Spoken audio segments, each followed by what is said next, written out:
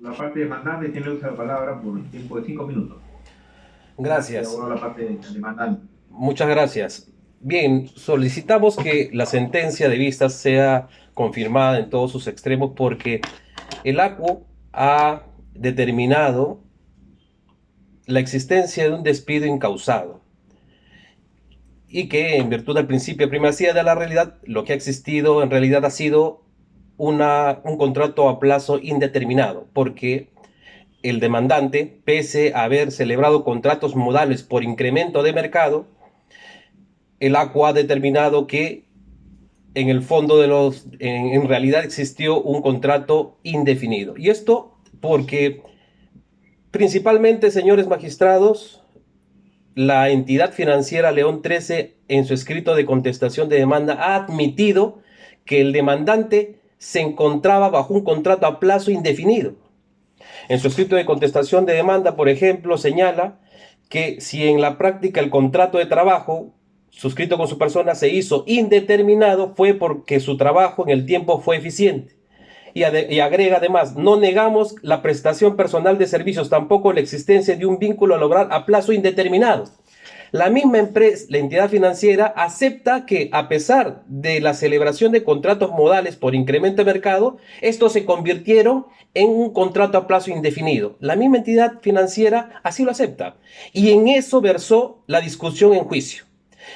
Tenía que determinarse cuál fue la causa del despido, de la extinción del vínculo laboral. Empresa emplazada, la entidad financiera, alega que el demandante solicitó que se extinga su vínculo laboral y no existe ni una sola prueba que acredite que de motu propio el demandante solicitó que se extinguiera su vínculo laboral. Y esto también el juez determina que es inverosímil porque el mismo 30 de junio del 2020, en plena pandemia, un trabajador no va a decidir quedarse sin trabajo teniendo una hija, y repito, en pleno estado de emergencia. Es nada creíble, ¿no?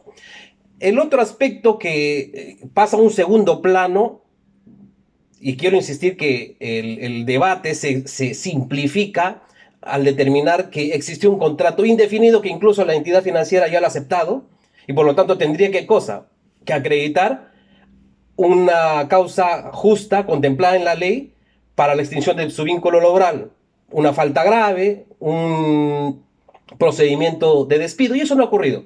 Su argumento creo que es bastante básico, pero el otro aspecto que también es importante es la desnaturalización de los contratos por incremento de mercado, ¿no? Porque estos contratos no tenían una causa objetiva de contratación, porque en la cláusula segunda, en cada uno de los contratos que ha celebrado el demandante, se señala que por el incremento de,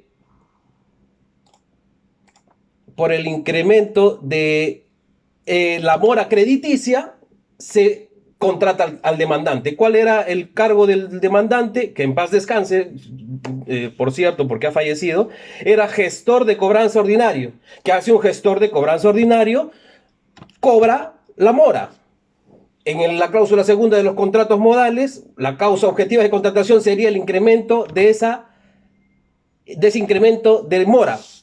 Y ese detalle no es suficiente, es genérico y no determina una real causa objetiva, porque cuán grande fue ese incremento de mora para determinar la contratación de un trabajador adicional bajo contratos modales.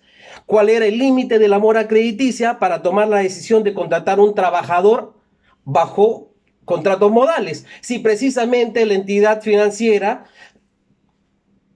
una de sus actividades principales es la cobranza de mora en virtud de préstamos otorgados. En consecuencia, también por el lado de la causa objetiva de contratación, que era inexistente, en el fondo estábamos frente a un contrato a plazo indeterminado. Pero, repito e insisto, que esto queda en un segundo plano porque ya la entidad financiera determinó y aceptó y comulgó con nosotros que existió un contrato a plazo indeterminado. Adicionalmente, en cuanto al pago de indemnización por lucro cesante, el ACU no ha otorgado CTS, gratificaciones, remuneraciones, no, ha sido bastante explícito y ha detallado en su sentencia que es el otorgamiento de los ingresos o de aquellos montos que no ha podido percibir y que pudieron haber incrementado su patrimonio producto del despido arbitral, del despido incausado. Las ganancias dejadas de percibir en general, gratificaciones, los beneficios sociales y las remuneraciones, que no pueden dejar de mencionarse porque son parámetros objetivos.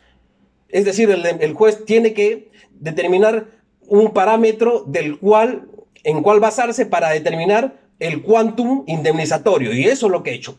En general, ¿qué cosa dejó de ganar el demandante producto del despido? Y finalmente el daño moral era evidente porque el demandante tiene una hija menor, el demandante fue despedido en el mismo día, el 30 de junio de 2020, en plena pandemia. 4 meses antes se había declarado el estado de emergencia. Imagínense ser despedido, encontrarse sin trabajo, todo cerrado, con las limitaciones que ya conocemos. Evidentemente eso ha generado, no solamente en el demandante, sino en muchísimos peruanos, una desesperación, un estado de crisis, de depresión, que era notoria, ¿no? Y nosotros también lo hemos acreditado también con las deudas que él tenía, incluso en una entidad financiera, y hemos adjuntado eso. Todo eso ha conllevado que el ACUO determine un monto que consideramos poco, pero bueno, es un monto finalmente indemnizatorio por lucro cesante. Y eso sería, en conclusión, todos los argumentos, señores magistrados. Solicitamos que se confirme la sentencia en todos sus extremos. Abogado de la